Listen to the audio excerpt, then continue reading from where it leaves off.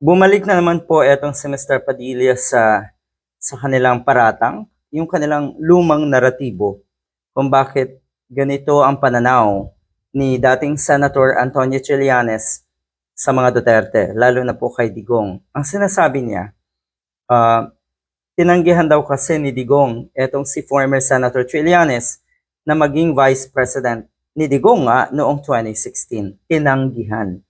Kaya matindi daw ang galit.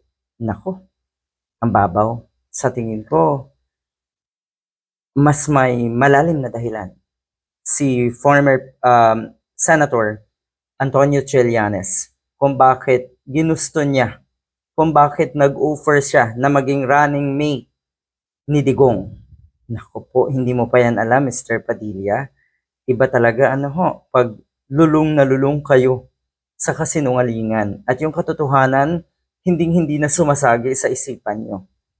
Katulad ng nangyayari sa ngayon, abay malakas ang loob natong si Padilla na kuno ay mas gugustuhin niya na mga ibang bansa, iwan na ang politika dahil hindi daw mag-work ang ganitong klaseng sistema.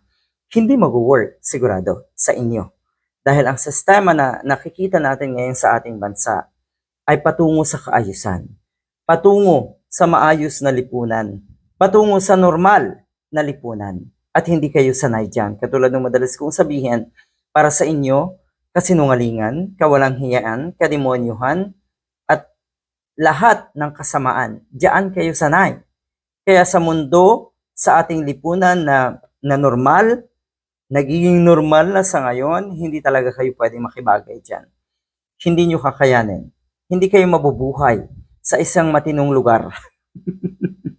Kung ano man daw yung pinagagawa niya, baka siguro daw ay eto ay dahil sa sama ng loob. Talaga, ang dami no?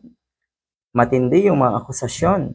Matindi ang dinanas na pagbabanta laban sa buhay ni Trillanes, former Senator Trillanes. Tapos ngayon sasabihin mo dahil sa sama ng loob? Talaga lang? Sama ng loob? Ito ang totoo. Sa tingin ko ito ang totoo. That is a blessing in disguise na hindi nga sila nagkatandem. Pwede rin daw ito na political move ni former Senator Trillanes para hulihin yung mga drug lord, suspect in the act.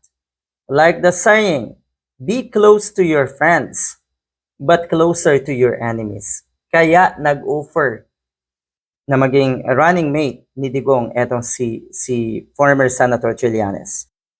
At kung titignan natin, nag-political move din daw etong si Sara Duterte.